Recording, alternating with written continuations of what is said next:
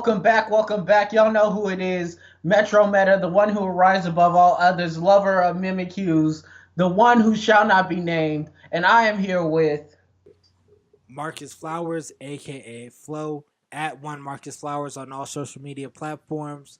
Aka call me what you want, just don't call me lazy.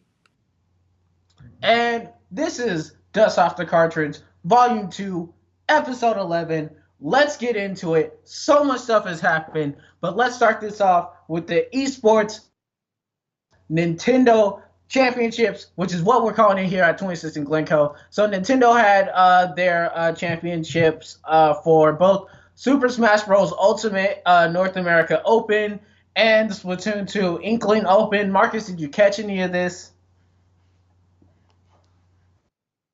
I caught parts of it. I'm not a big Nintendo esports kind of guy, so I did catch parts of it, but I did enjoy the Super Mario, the Smash tournament.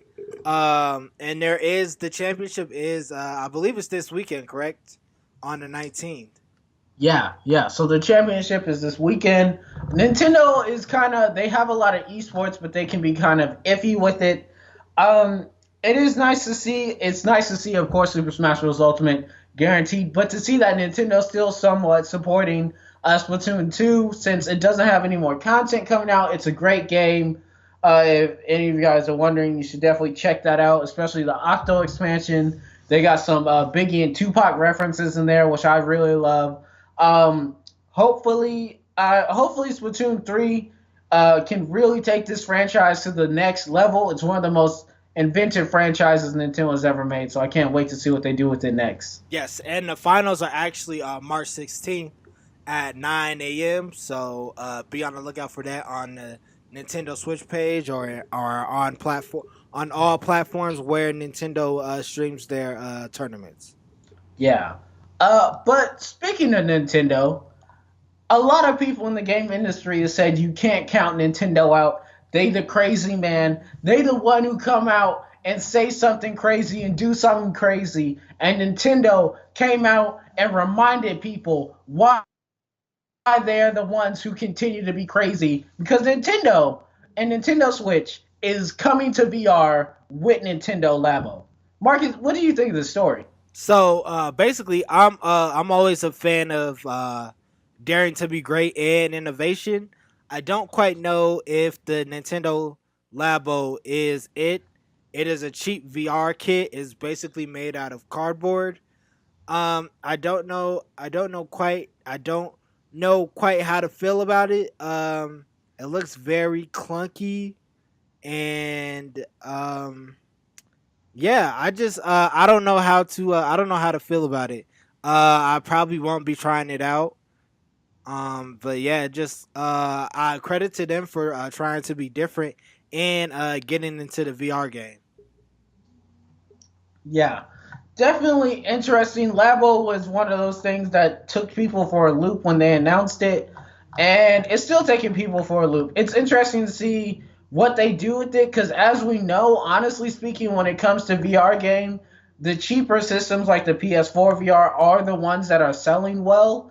And maybe this will be the thing that makes it done. But it's still good to see that Nintendo is still keeping that energy. But in a sad Nintendo story, Switch Tax is back.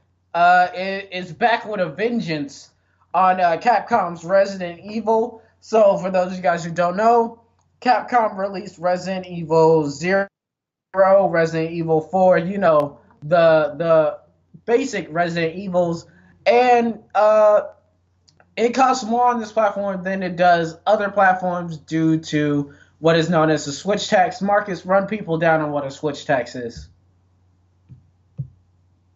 So basically, what the Switch tax is, it's just that it's an added cost for um, the amount it costs to make it in a cartridge for a game like Resident Evil. So basically, when it comes, it's cheaper to make it on a compact disc.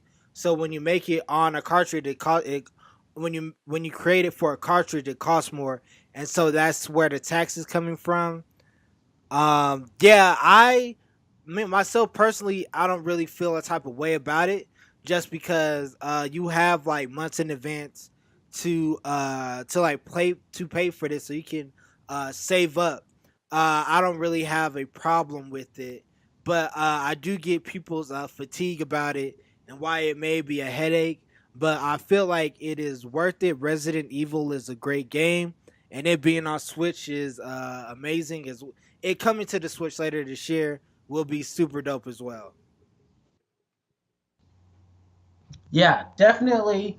Uh, I've never been for me horror series on the Switch always seemed weird because it's a portable platform, but people really seem to enjoy it, so that's great for them.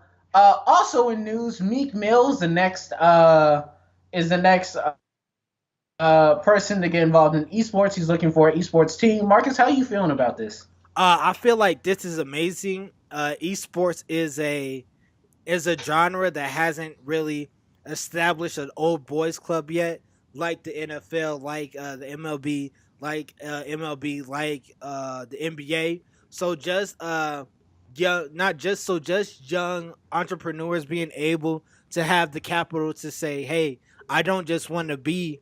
And credit to Meek Mill for not just trying to be like an ambassador, for saying, "Hey, I just don't want to be a partner. I want to own my own." And so that's super dope. I love the concept. We already have a minority leader with Rick Fox and his Eco Fox sports team. So just Meek Mill daring to be great and going into a genre that's still I don't a little bit past its incubation page, its incubation stage. Sorry, um, and just him basically daring to be great and saying, "Hey, this is an area where I can be my own boss," and he can basically give players who necessarily wouldn't have a chance on other E teams to have a chance on his. Definitely.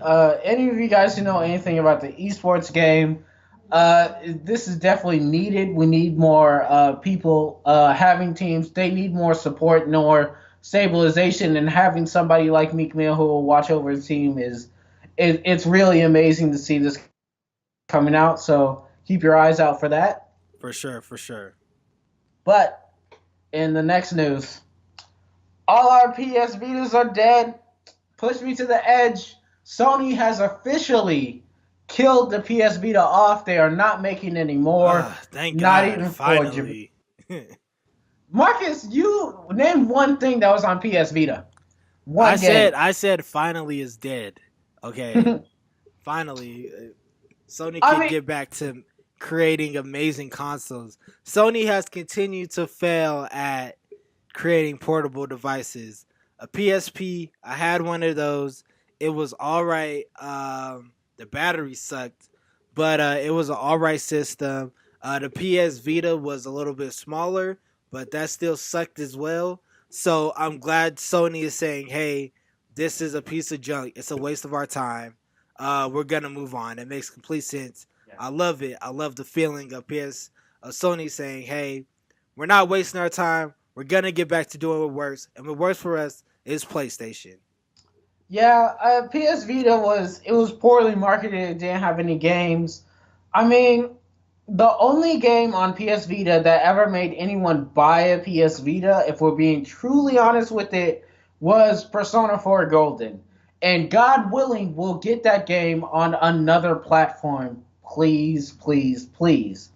Speaking of games switching platforms, Halo today actually announced that the Master Chief Collection, a collection of some of the greatest Halo games, and Halo Reach are now coming to PC as well as Games Pass, which means if you have Games Pass, you can play the game for free in quotes because you're paying for Games Pass. But this is super great, and it also proves that Xbox is a dead platform at this point. There's no point in getting an Xbox, but it's super great for everybody, right? I mean, I guess imagine being happy about a 10-year-old game coming to a PC. I mean, I don't get the excitement about it. I wasn't a big Halo fan. But Marcus, we didn't have a Halo game though. I did have a Halo game. You had Halo Wars. Don't speak for yourself. I had a Halo game.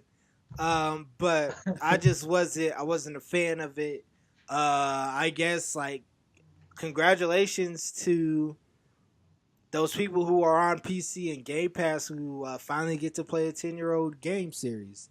Have One of the fun. most Have fun with Marcus, it, buddy. one of the most venerated series that helped launch a console. You speak respect when you talk about Halo. Thank you very much. And it launched a console that is it launched an inferior console. So, I Hey, mean, you still had a 360. yeah, I also have PS4 now. So that's in the past. Everybody makes mistakes in life. So, in other news, Apex Legends first Battle Pass character may have been leaked, starting the brand new, and if you're somebody from Overwatch, you know this same game, the brand new Reddit thread 4chan leak extravaganza, where we spend several months talking about a character and then we're wrong at the end of it. But this is super exciting, right, Marcus? Yeah. So basically, the character is Octane. He wields new weapons and is score unique loot. The season 1 battle pass is here, and purchase it at the in-game store for 950 Apex coins. Um, Yeah. Octane looks like a very dope character to play with. Morgan, you're still we gotta run Apex, man. I told you I'm once, and I'll telling tell you. you I'm again. I telling you, you're don't gonna like love Battle it. You're gonna Royale. love it. One time, you're just gonna love it. I don't know about that. So let's go to our next story. Rumor report, rumor talking. So we got the PS5. There's some rumors out there, Marcus, that the PS5 may be more customizable. In addition to having a customizable UI, it will have a customizable controller potentially. This is really great for developers to see.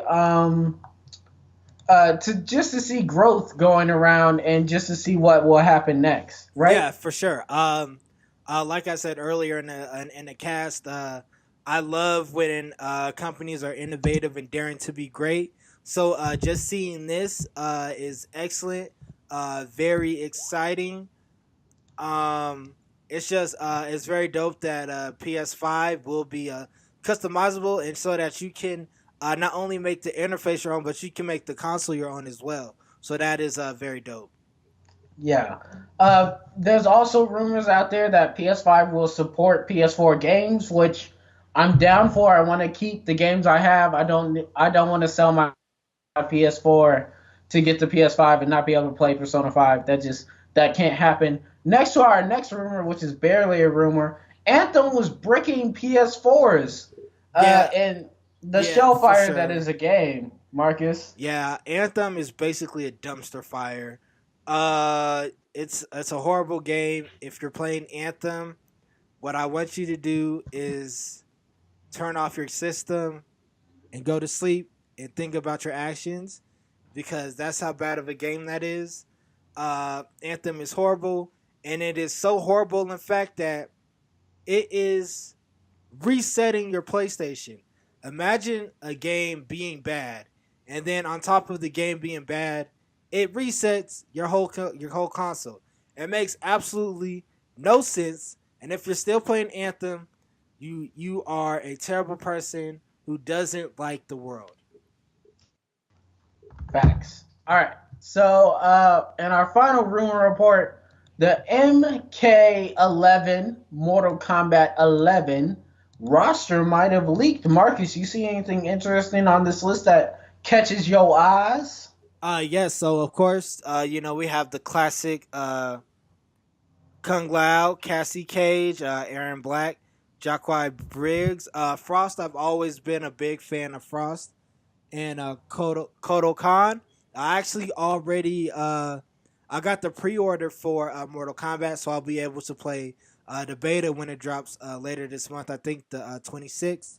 So I'm very excited to see how it plays and how it goes. It's going to be a crazy month in April when it just comes to video game releases. We'll get to that later. But I'm super excited for this game. I can't wait. I'm getting a little bit tired of Injustice just because it's old and I want a new fighting game to play with. And I'm not as good as Tekken as I thought I would be. So just getting into a new game would be very dope. So I'm very excited for Mortal Kombat 11, and I'm probably getting it on two systems. I'll probably get it on the PS4 and on the Switch. So I'm excited for that as well. Yeah, definitely the fact that it's coming to Switch to me is one of the biggest benefits. So, going back, let's go to esports. Our Overwatch update. So the stage finals are coming up this weekend, so everybody be on your eyes for that. If you want any recommendations for what's coming up, for what happened, I suggest you watch two games, Marcus. These two games. Number one, Shanghai Dragons versus London Spitfires. The stage, the season one champions versus the season one losers. Marcus, who do you think won that game? The winners. I'm not sure. Shanghai Dragons denied the London Spitfires from a Stage 1 victory, kicking them out of the Stage 1 playoffs, and a move that is almost biblical considering the fact of how bad they were last season. It's an amazing game. But if you want to see some of the best Overwatch, some of the craziest plays, I suggest you watch the Vancouver Titans, also known as the used to be Runaways, versus Condu Panthera, the craziest Overwatch team in the game. Yeah, so the Condu Pantheras, they continue to prove that they're the craziest team in the league. Everybody, you should check it out, especially if you love crazy strats. But moving on, Marcus, why don't you tell me what's going on in 2K League? What's that's going down? So yeah, basically, if you haven't known already, the 2K League had their draft, and I'm gonna just say a few things about it. So it looks like the Warriors, who are already dominating in the NBA, it seems like they are poised to dominate in the 2K League as well. Uh, they have um, they have two top 10 picks, and they have Kenna with they have Gradient with the number 2 pick and Kenna with the number 10 pick, Jen for the 38th pick, and Chiquit Chiquite, I could be getting her name wrong. I apologize. With the 56th pick, and Chiquite is interesting just because she is the first woman drafted in the 2K League. She also is the first black woman drafted in the 2K League, so that's very dope. So yeah, it's just and they have a solid rounding team. Also, Jazz Gaming with the first pick, they picked up Rhea, which they desperately needed, and they also picked up Easy Money and Gliz in rounds 2 and 3, and they also picked up Kev Don't Miss in the fourth, who was the most followed NBA 2K League player.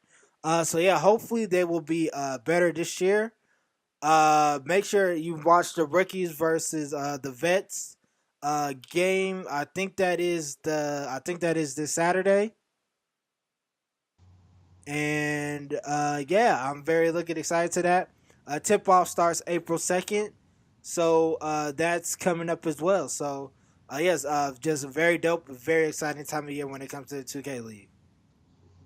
Definitely, definitely. So excited to see what happens.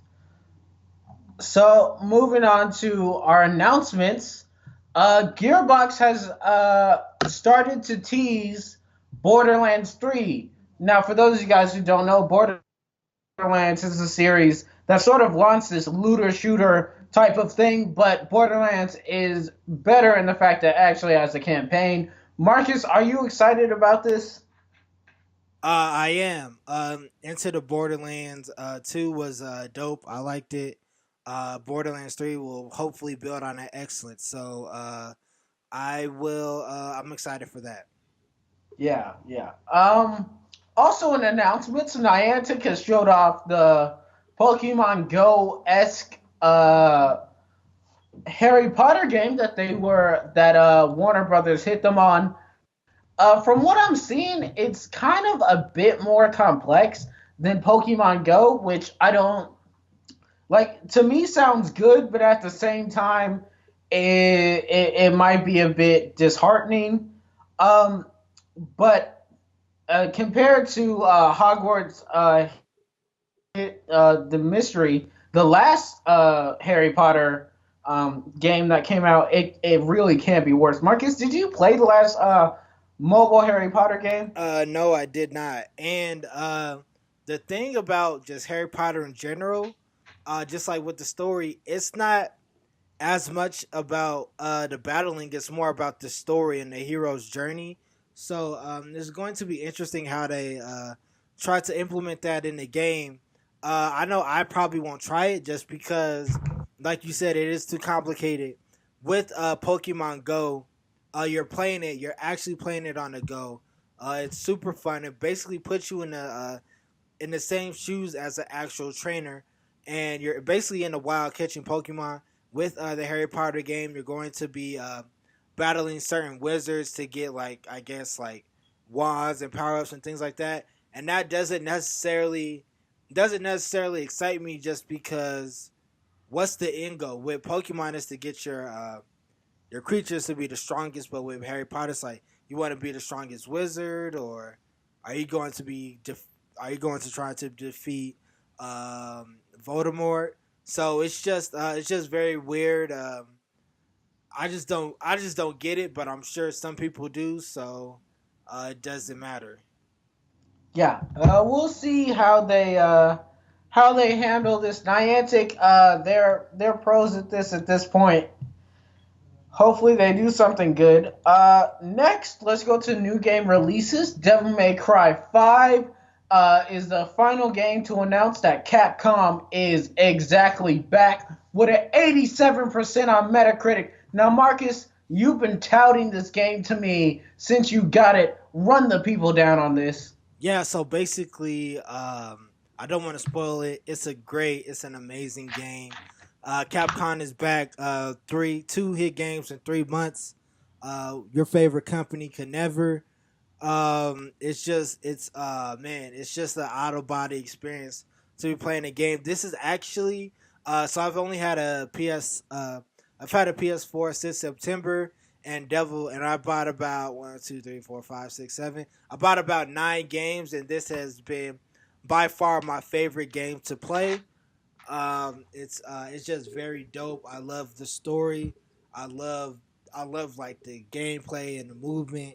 It's just very dope overall. I encourage everybody to play it, to go after it.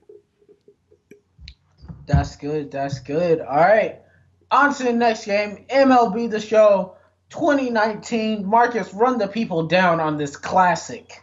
Yeah, so basically the show is out. If you guys haven't seen already, there is 47 new minutes of gameplay with their cover a player Bryce Harper, who is now a member of the Philadelphia Phillies. So this game is super fun. Your show will be they added a new interface. They added a new interface to it, so that's very dope as well. It comes out at the end of this month, so check out for that. Definitely. Definitely. What platforms is this on? I think it comes out on everything, so Xbox, PS4, Switch. Good, good. All right. So, Dead or Alive 6 ran into a little problems. It's not selling that well. It's not reviewing that well either. If we run it down, 1 minute, it has a Metacritic score of 73. Yikes. And it had a bit of a problem with the season pass, which is, Marcus, how much do you think a season pass should cost? I'd say at least about 60 for life, or no, I'd say 30 for life. 30 for life. How about 93? Yeah, that is ridiculous. Yeah, Dead or Alive 6, the series that was supposed to try to remake its name, remake its image, and put it at the top of the fighting game community, has tumbled and fallen on its jiggle physics, and it doesn't seem like it's coming back up. So I don't. The season pass, it doesn't seem like they have a lot of content in there. From what I've seen, it's mostly just costumes and only like two characters. I don't know what they were thinking with this. Is this Bandai Namco? I think this is Bandai Namco. I don't. Let me look up who the developer is. Marcus, what do you have you seen any gameplay? What do you think about this? I haven't seen any gameplay about it, but it just didn't interest me, so I wasn't very excited for it. And also, that season pass really turned me on, and the DLC wasn't that impressive to me with the first round of season pass. Just like you get like 2 extra characters and 12 extra costumes, so I wasn't very excited for it. But and it's just it goes on to show that they're just gouging people for their money. There's absolutely no reason why a game should be $160 and the content doesn't fit it as well. Yeah, and it is developed by Koei Tecmo. Uh, they're not exactly well known in the industry. You they're the kind of developer you got to know to know. So hopefully they bring this back, but I don't see how they can do that. Let's go on to the next story. The Power Rangers Battle for Grids mobile game. So No, no, no, Marcus, no. It's not a mobile game. It's coming to all platforms all platforms, all right. in April, and for a price point of $40, 40 and $29. 40 for the Switch just because of the Switch tax, Switch tax. and $29 on all other platforms. This looks very dope. As a lifelong fan of the Power Rangers series, it's going to be exciting to play this game. I've played Battle Grid on mobile, and that's very dope. So just seeing it on, just having the ability to play it on a platform such as my PS4 or my Switch is awesome. Yeah, it definitely looks like it's going to be an interesting fighting game. Yeah, for Definitely sure. looks very good. Hopefully, as is possible. But let's go to the main event, the boss battle. Our question this week is, why do people still say video games are violent? So for those of you guys who didn't catch the news story, hot off the presses somewhat, Oxford University, the one and only, violent video games found not to be associated with adolescent aggression. Researchers at Oxford, the university in Europe, have found no relationship between aggressive behavior in teenagers and the amount of time spent in violent video games. This is a story that we have known. This is research that has already been done. And yet, to this day, we still deal with the fact that many people believe that video game violence is linked to real world violence. Marcus, why do you think there is this connection? I just think people are blaming video games instead of looking at the larger picture, which is there needs to be like gun control and proper gun safety, or even just like violent preventions or mental health, or mental health, not facilities, or more mental health programs that give people a chance to express themselves through in a way that's not dangerous towards society. And this is just an easy scapegoat. Yeah, to run people down on what this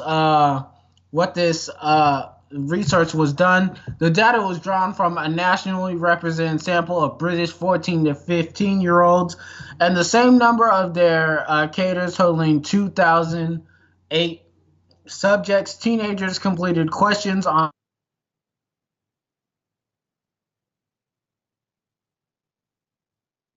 recent aggressive behaviors using widely used strengths, difficulties, questionnaires. The violent content in the games played were coded based on the ratings, official pan European game information, and entertainment software rating board rating systems, as well as player subject rating.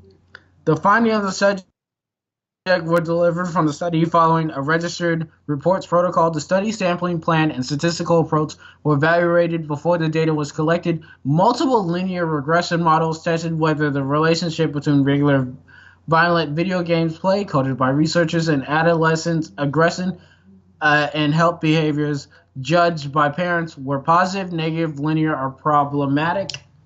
And they didn't find any correlation.